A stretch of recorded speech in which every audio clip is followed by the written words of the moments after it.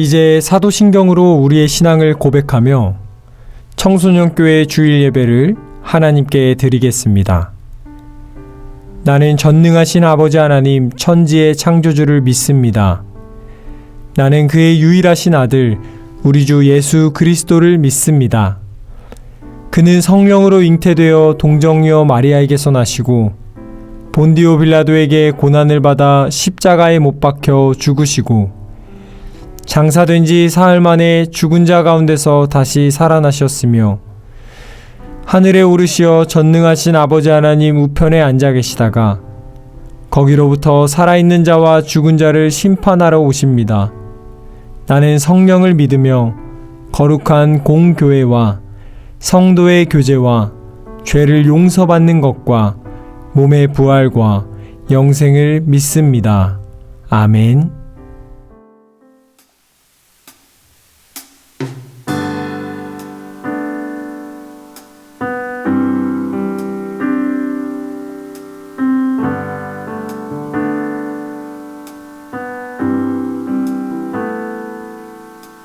지쳐 포기하고 싶을 때 혼자 뒤처진 것만 같고 우린 조차 없을 때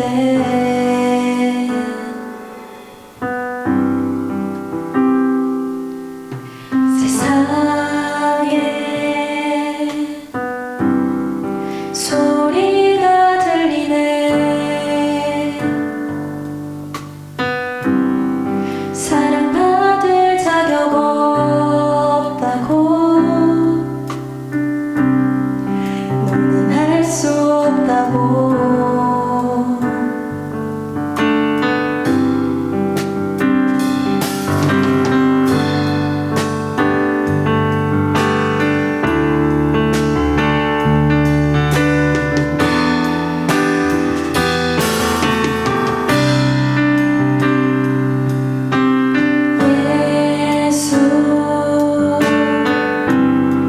사랑 중에 사랑 오늘 우리 가운데 오셔 우릴 안아주시네.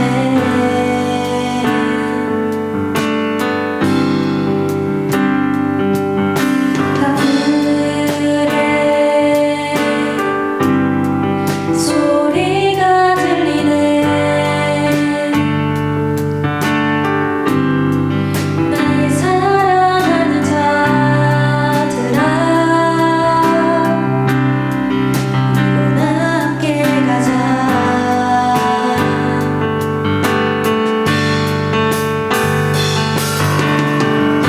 예수 십자가 무덤지나 승리하셨네. 예수 영원한 나의 사랑 날 사랑하시네.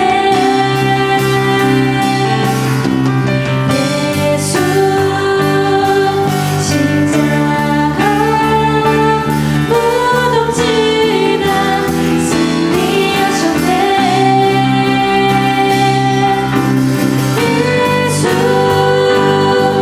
영원한 나의 사랑 날 사랑하시네.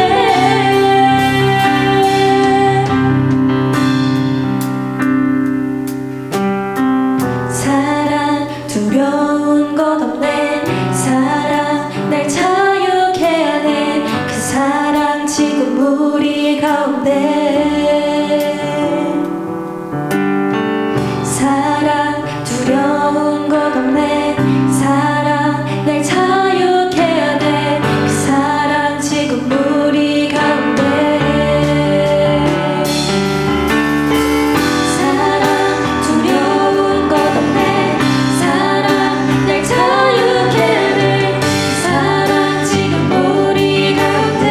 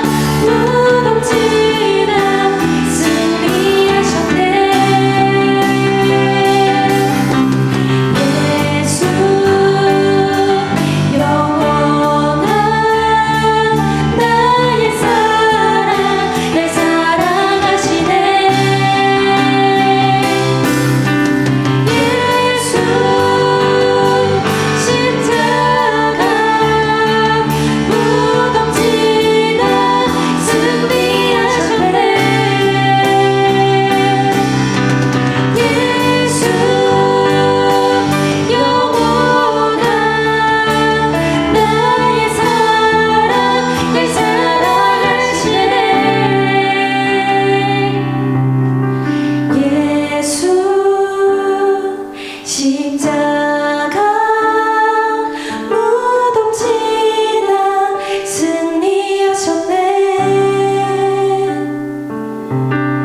예수 영원한 나의 사랑 날 사랑하시네.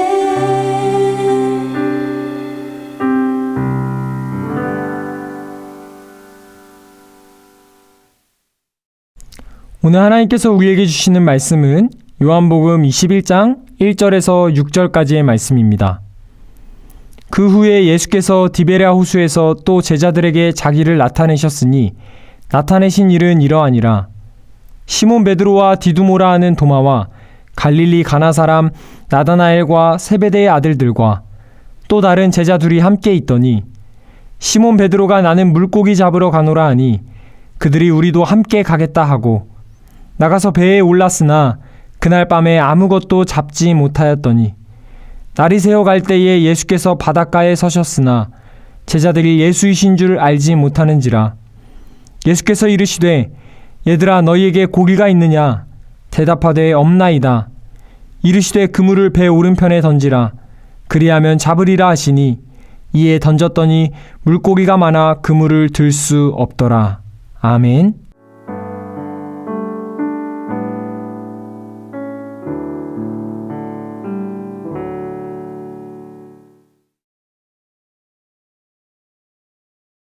이 시간에는 시몬아 베드로가 되라는 제목으로 하나님의 말씀을 나누도록 하겠습니다. 여러분, 지난 시간에 이야기한 것처럼 우리는 지금 계속해서 부활절기인 기쁨의 50일을 보내고 있습니다. 어떻게 지난주 말씀을 떠올리면서 그 말씀대로 지금 바로 기뻐하면서 우리 친구들 잘 살아가고 있나요?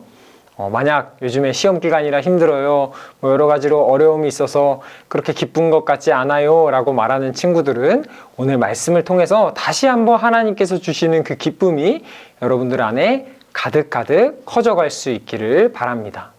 여러분, 오늘 우리가 읽은 말씀에 보면 예수님의 제자들이 등장하는데 이 예수님의 제자들도 부활하신 예수님을 만난 후에도 기뻐하기보다는 이 예수님의 제자로 살아가기 이전의 모습으로 돌아가는 장면들이 많이 나오게 됩니다. 요한복음 21장 오늘 우리가 읽은 말씀에 보면 이 베드로, 예수님의 수제자인 베드로가 다른 제자들에게 나는 이제 업으로 돌아가겠다. 다시 말하면 예수님을 만나기 전의 삶으로 돌아가겠다라고 이야기를 해요. 그러자 그 곁에 있던 몇몇 제자들이 그 베드로의 이야기를 듣고 따라서 원래 어부로 지내던 갈릴리 호숫가로, 오늘 성경에는 디베랴 호숫가라고 되어 있는데 그곳으로 돌아가게 됩니다.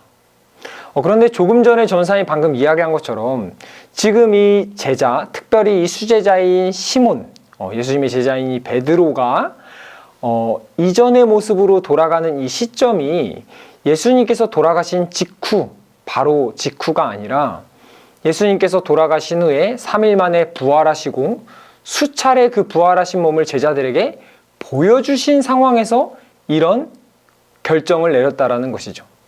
그러니까 다시 말해 지금 예수님께서 오래전부터 3년 동안 같이 다니시면서 고난받고 죽게 되고 다시 살아날 것에 대한 그 말씀들이 이루어진 것을 눈앞에서 보았는데도 불구하고 제자의 삶이 아니라 이전의 삶으로 돌아가기를 결정했다라는 거예요.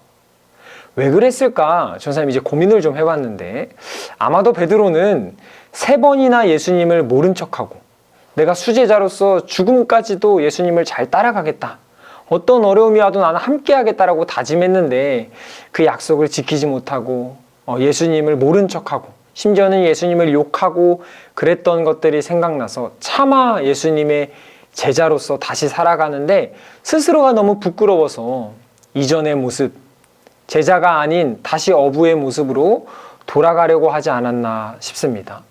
여러분, 우리도 그럴 때가 있죠.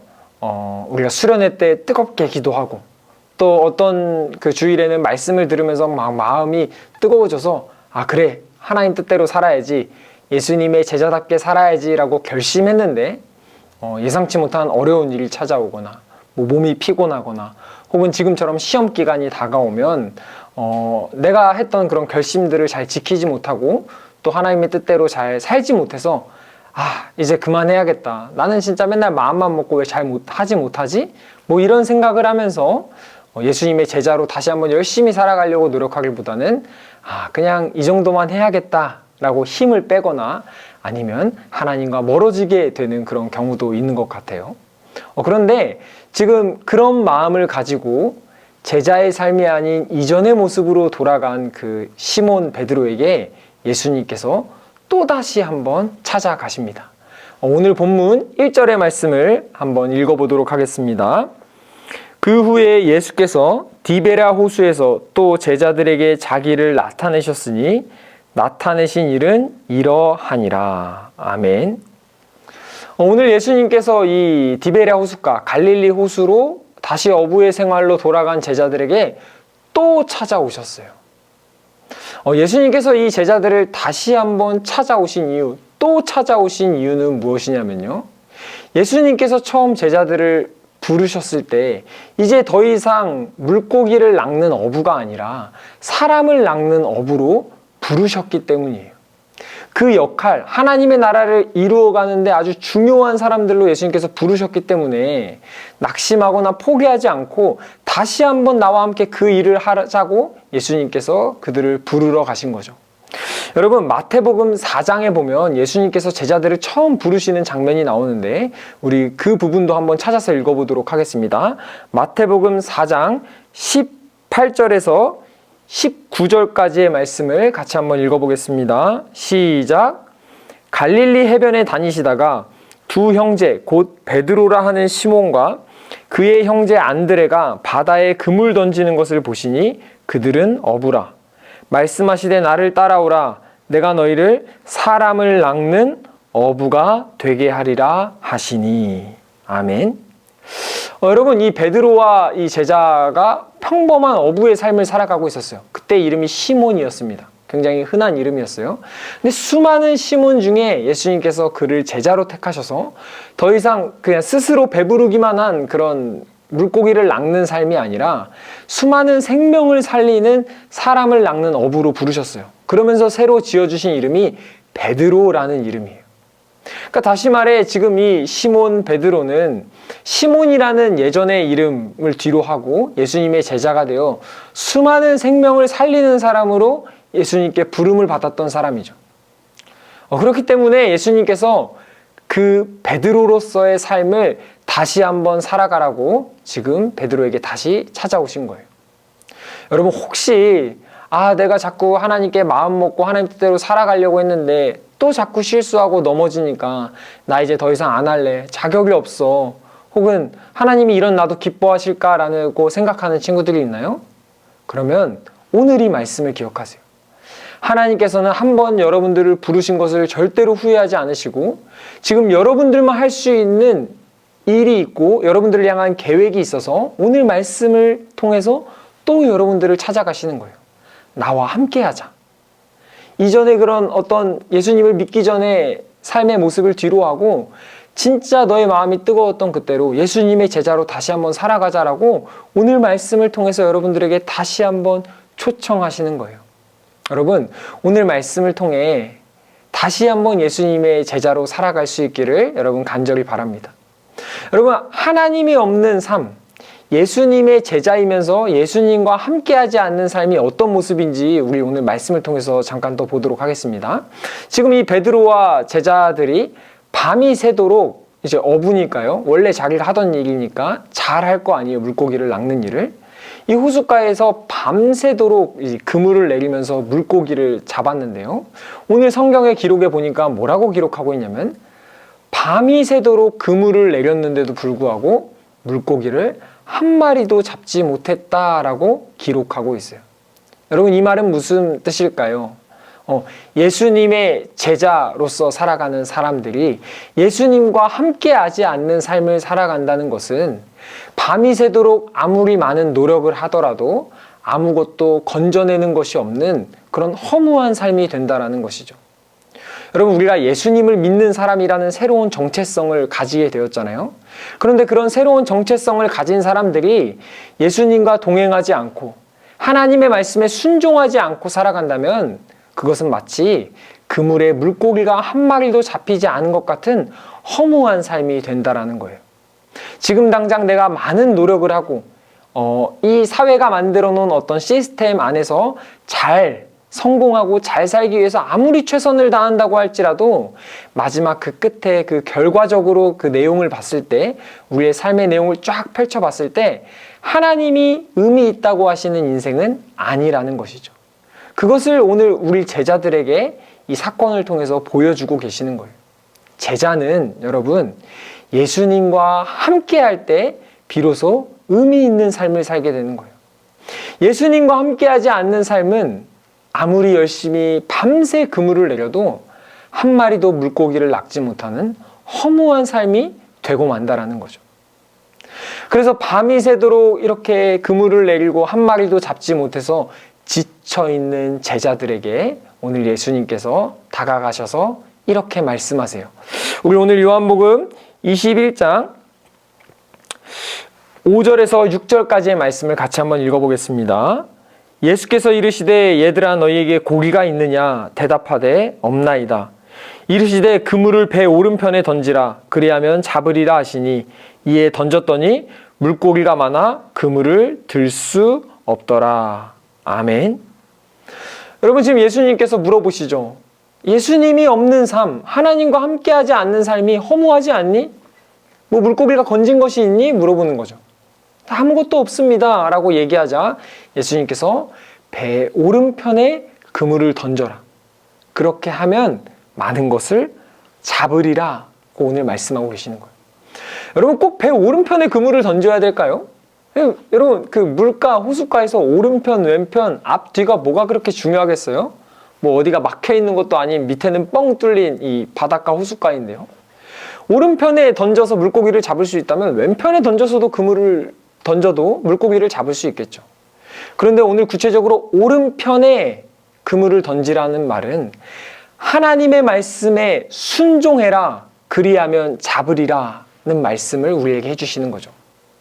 여러분 이 하나님의 말씀에 순종한다는 것이 때로는 쉽지 않은 일입니다. 여러분 이 제자들이 어부예요. 예수님은 목수고요. 그럼 누가 물고기를 더 잘 잡는 법을 알겠어요? 어부인 제자들이 더 잘 알겠죠.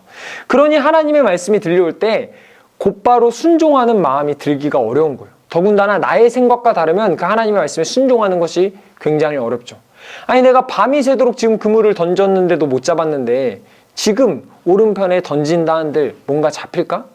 여러분 그물 한번 던지는 게 뭐 쉬운 일이 아니에요. 그물이 굉장히 무겁기 때문에 한번 던지면 다시 끌어올리고 여러 가지 고된 노동과 작업이 필요해요. 만약에 던졌는데 또 안 잡히면 손해보는 것이 많잖아요. 그런데 오늘 예수님께서는 오른편이라는 구체적인 지시를 제자들에게 하면서 예수님의 말씀에 순종하는 삶이야말로 진정 의미 있는 삶이고 풍성이 많은 물고기를 잡는 열매를 맺는 삶이라는 것을 보여주시는 거죠. 여러분 오늘 제자들이 이 예수님의 말씀에 순종함으로 오른편에 그물을 던지자 어떤 일이 일어나냐면 이 153마리 이 그물이 터질 정도로 가득 물고기가 차게 돼요. 여러분 바로 이것이 제자의 삶이에요. 제자의 삶이란 하나님의 말씀에 순종함으로 의미 있는 삶을 살아가는 것이에요. 여러분 우리가 아무리 밤새도록 노력을 한다 해도 예수님과 함께하지 않는 삶, 하나님의 말씀에 순종하지 않는 삶은요 하나님이 보시기에 열매가 없는 삶이고요. 단 한 번일지라도 하나님의 말씀에 아주 작은 일일지라도 하나님의 말씀에 순종하는 삶이야말로 하나님께서 기억하시고 하나님께서 의미 있다 하시고 하나님께서 많은 열매를 맺게 하시는 삶이라는 거죠. 여러분 오늘 우리에게 주시는 이 말씀을 잘 기억했으면 좋겠어요. 여러분 이제 막 학업 때문에 시험 기간이라 여러 가지로 어려운 일들이 많죠. 시험 기간 생각하면 여러분들 머릿속에 당연히 공부를 먼저 해야 되고 당연히 학원을 먼저 가야 되고 마치 이 어부인 제자들이 어떻게 하면 물고기를 더 잘 잡을 수 있을지 아는 것처럼 하나님의 말씀이 거부감이 들고 하나님의 말씀에 순종하기가 어려울 때가 있어요. 그런데 여러분 오늘 예수님께서 이 말씀을 통해 우리에게 얘기하시는 거예요. 하나님의 말씀에 순종하는 삶이야말로 진정 의미 있는 삶이며 이 예수님의 말씀에 순종할 때에 우리가 진짜로 많은 열매를 맺게 된다라는 거죠. 전도사님은 사랑하는 우리 영세교회 중등부, 고등부 친구들이 우리의 삶에 중요해 보이는 것들이 많이 있지만 우리가 더 이상 시몬이라는 이름이 아닌 예수님이 지어주신 베드로라는 이름을 받은 것처럼 우리가 다른 평범한 학생이 아니라 그리스도인 하나님의 자녀라는 이름을 받은 사람이니 이제는 남들이 중요하게 생각하는 것보다 더 하나님을 사랑하고 하나님의 말씀에 가장 순종하면서 살아가는 여러분들이 되었으면 좋겠어요. 우리가 그렇게 살아갈 때 하나님께서 반드시 여러분들의 삶을 의미 있는 삶으로, 여러분들의 삶을 그물에 물고기가 가득한 삶으로, 여러분들의 삶을 많은 열매를 맺는 삶으로 인도하실 거예요.